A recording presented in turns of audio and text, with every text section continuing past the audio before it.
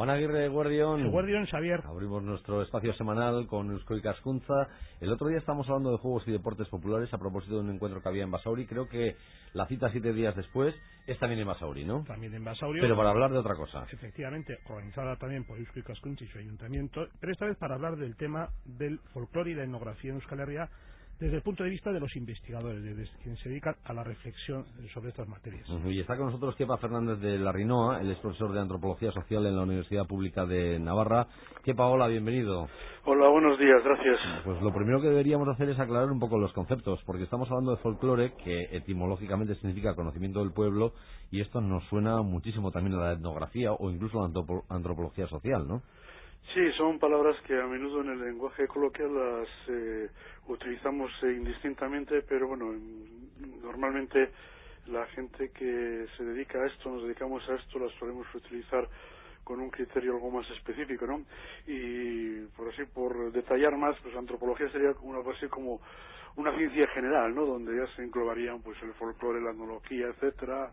Y etnología pues sería por lo menos dentro de la historia de la antropología pues la ciencia que estudia, describe y clasifica las razas humanas, bueno, aquí hay un deje del siglo XIX y principios del XX, y luego pues folclore entenderíamos por folclore pues aquí a ciencia o aquella actividad que se dedica pues a estudiar actividades, manifestaciones culturales, saberes de gentes que siendo occidentales pues son minorías en los estados nacionales, ¿no? Entonces serían aquellas culturas aquellos grupos que transmiten sus saberes de generación en generación vía oral o si es a través de lengua escrita, pues serían lenguas que no son reconocidas oficialmente o no son las lenguas oficiales del Estado. O sea, por resumir, la antropología en general estudiaría sociedades no occidentales, sociedades tribales, etcétera, nómadas, y el folclore estudiaría pues aquellos grupos sociales dentro de los estados nacionales europeos occidentales que no participan del centro cultural de los estados, por así decirlo. Egunon, Kepa. Gracias, Berunon. Leo en el programa que tengo delante de las jornadas que dicen ustedes que investigación folclórica y etnográfica, quien se dedica a estas tareas, abarca pues desde las labores rurales al hecho festivo, desde la lingüística a la música, desde la anécdota al trabajo sistemático, o desde la antropología a la sociología. Dice, todos los aspectos confluyen en un denominador común, la cultura de un pueblo filtrada a través de la observación y la participación. Yo me pregunto, también el concepto este de cultura del pueblo, yo no sé si hoy es el mismo que en la época por ejemplo, de Barandierán, ¿no? En estas sociedades mestizas y abiertas, ¿no? Sí, efectivamente. ¿Cómo se aborda en este...?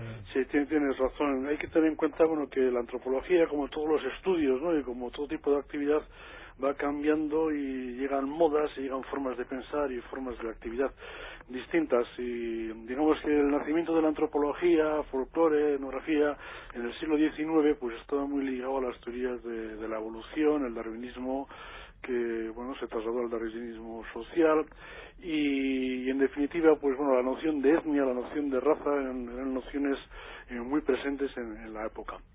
Hoy en día bueno ese tipo de planteamientos, el estudio de la cultura en cuanto manifestaciones detentadoras por grupos sociales definidos como razas o etnias, pues no es muy pertinente, puesto que estamos hoy en día asistiendo a lo que se llaman sociedades híbridas, sociedades mestizas, creación cultural, experimentación. Las culturas modernas se basan en experimentación con postulados de las culturas primitivas, o de lo que entendemos que es primitivo.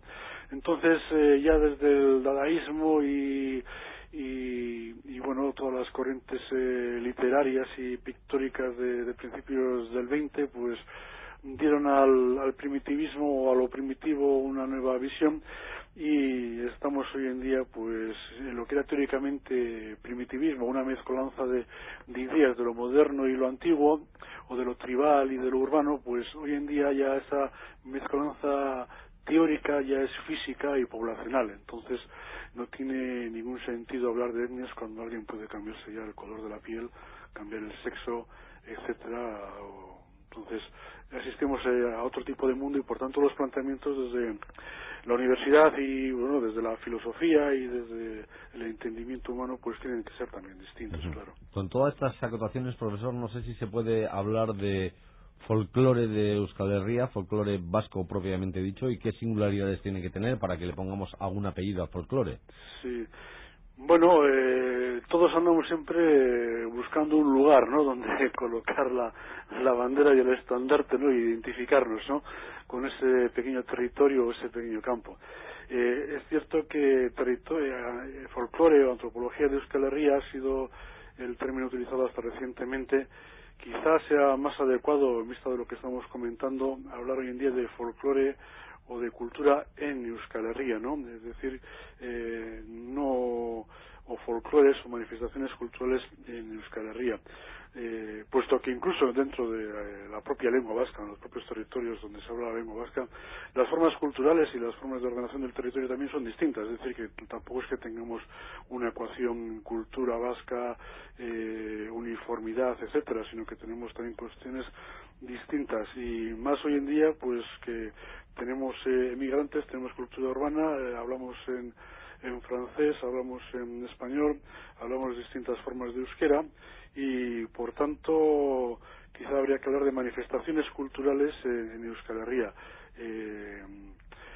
recalcando que esas manifestaciones culturales ocurren en distintos nichos, ¿no?, ecológicos, territoriales, urbanos, de barrio, de montaña, etcétera, y por tanto pues hay una variedad de opciones, y el observador pues se da cuenta que bueno, que bajo el mismo prisma o bajo la misma palabra ocurren cosas distintas, ¿no? El olentzero es una actividad cultural, por poner un ejemplo, ¿verdad? Y el olentzero en Iruña, en un barrio de Iruña, significa y se desarrolla de una forma distinta que el olentzero, digamos, en Lesacao. Entrando un poco en el terreno de la etnografía, vivimos una sociedad evidentemente cambiante. Todos los días delante de nuestros ojos hay formas de vida, de trabajo que van desapareciendo, y la pregunta de los que somos profanos en la materia es, bueno, esto también es materia de la etnografía. Hay investigadores que se ocupan de recoger lo que hoy está desapareciendo, lo que hoy está cambiando, igual que se ha hecho tradicionalmente con el mundo rural tradicional. Y Por el ejemplo, de los periodistas, ¿no? ¿Qué se te ocurre, Xavier? Pues eso es la máquina de escribir.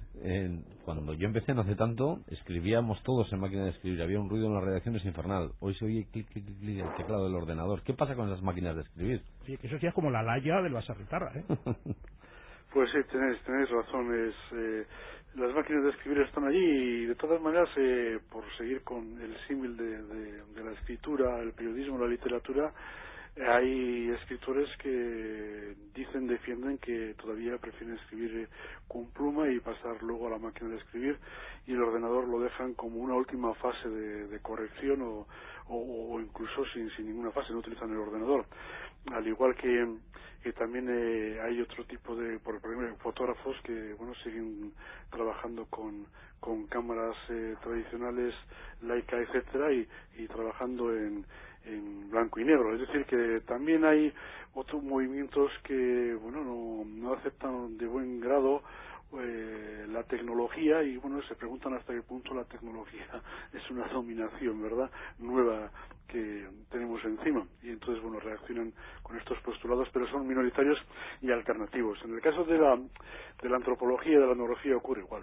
Por volver al tema vasco, ¿no?, que es el que nos ocupa, pues sí nos encontramos con personas que siguen trabajando un poco en mantener viva esa memoria, como se dice ahora, pues de los modos de vida del 19 que se legaron al 20 y se mantienen residualmente en algún sitio o en algunos lugares, ¿no? Y quizá quien ha mantenido esa antorcha viva y ha sido José Miguel de Barandiarán, y las personas de su escuela que la siguen manteniendo, ¿no? Entonces los grupos étnicos son las personas que con esta encuesta que dio Barandiarán pues andan recogiendo estas manifestaciones culturales, estas ideas, estas formas de ser que ya en su momento Barandiarán decían que eran residuales, y ahora pues en definitiva también lo son. Incluso además se da la paradoja, ¿no?, permítanme decirla, que investigadores, ¿no?, que andaban recogiendo cosas residuales en los años 60, 70,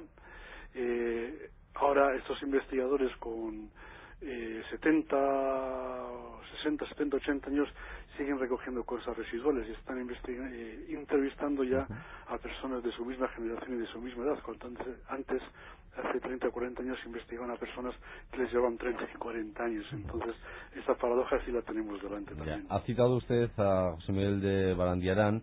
La etnografía vasca desde luego ha tenido en él un referente, o en Julio Caro Baroja, y en el folclore ha habido también figuras de esa talla claves para recoger todos estos datos, toda esta información. ¿Con qué referencias cuentan ustedes? Bastantes. Además es una cosa interesante que ahora en la entrada del siglo XXI pues se están haciendo recopilaciones de obras completas de distintos autores, ¿no? Estoy pensando, por ejemplo, aquí en Navarra, en Jimeno Jurio, que se están publicando sus obras completas. Juan Garmendia Larrañaga, por ejemplo, es otra persona que desde otra perspectiva también es un referente importante en los estudios de cultura popular. También sus obras completas se están editando.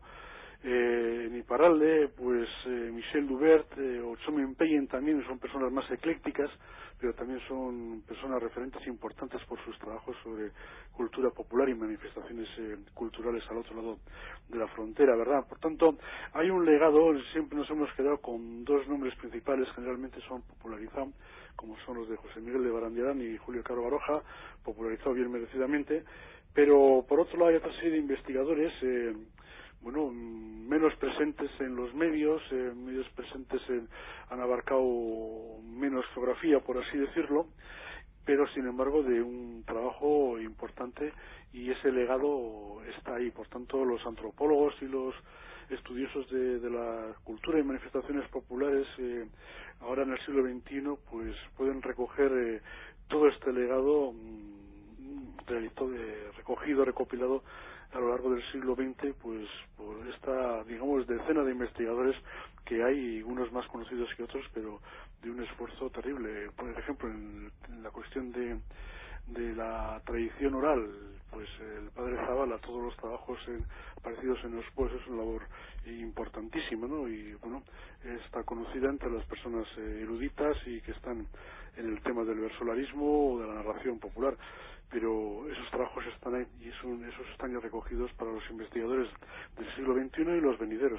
Si tengo tiempo, Xavier, una pregunta quisiera hacerle sí, claro que sí. al hilo de esto, que es, vale, esto que nos está usted hablando tiene que ver con la documentación, con los textos, con obras escritas, con trabajos de investigación.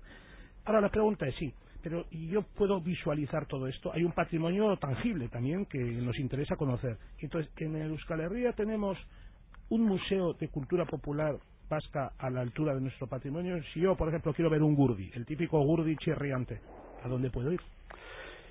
Bien, la pregunta es buena y complicada, ¿no? Porque museos de antropología los hay en las capitales, los hay en San Sebastián, bueno, siempre redefiniéndose y últimamente cerrado. Está el de Bilbao, está el de Bayona, luego hay muchos museos pequeñitos. Entonces, lo cierto es que falta una coordinación entre todos los museos, entre todas las colecciones, y una política común, ¿no?, de patrimonio etnográfico por parte de las instituciones. También es posible que los investigadores tengamos alguna culpa en ello también, puesto que siempre trabajamos de forma personal e individualizada y no solemos tender a compartir muchas veces, ¿no? Pero también por parte de las instituciones, y ahí se echa en falta una coordinación de trabajo en todas estas instituciones y grupos que trabajan, ¿no? Haría falta un órgano común. Hay un centro de patrimonio cultural dependiente de la comunidad autónoma del gobierno de la comunidad autónoma vasca, pero también haría falta esto desarrollarlo, y haría falta un centro de investigaciones científicas con un centro especializado en folclore y cultura popular, trabajando en común y trabajando pues con estas asociaciones académicas de carácter muchas veces voluntario, y con las asociaciones culturales locales también, que hacen una labor importantísima, ¿no?, organizando actividades, etcétera. Profesor, veo que iniciativas no les faltan, a los especialistas. No, iniciativas hay muchas. El problema es un poco conectar, ¿no? porque como pasa en todo, depende de la buena voluntad, depende de financiación y depende de programas a largo plazo. Los programas que se sacan a nivel cultural son a 3-4 plazos, vuelve a haber elecciones, hay que inaugurar, y entonces pues se está todo pensando a menudo en las elecciones siguientes, y entonces así es muy difícil hacer una política cultural, social, económica de cualquier tipo. Y entonces pues mientras no sentemos una política a corto, largo plazo consensuada y trabajar en ella, pues va a ser difícil pues sacar de este laberinto que tenemos, ¿no? Porque hay muchas asociaciones, muchos grupos, y trabajando independientemente y a veces pues duplicando esfuerzos inútilmente. ¿Qué pasa, Fernández de la Rinoa? Muchas gracias por habernos atendido, un placer, ¿eh? Gracias a vosotros por el interés y por organizar estas jornadas y esta entrevista. Vamos a recordar la cita en Basauri. Será el próximo sábado a partir de las 10 de la mañana en torno al tema la investigación folclórica y etnográfica en Euskal Herria, ayer, hoy y mañana. La entrada es libre. En la Casa de Cultura de Baigane. Exacto. Muchas gracias, Juan. Hasta la semana que viene. La semana que viene, agur.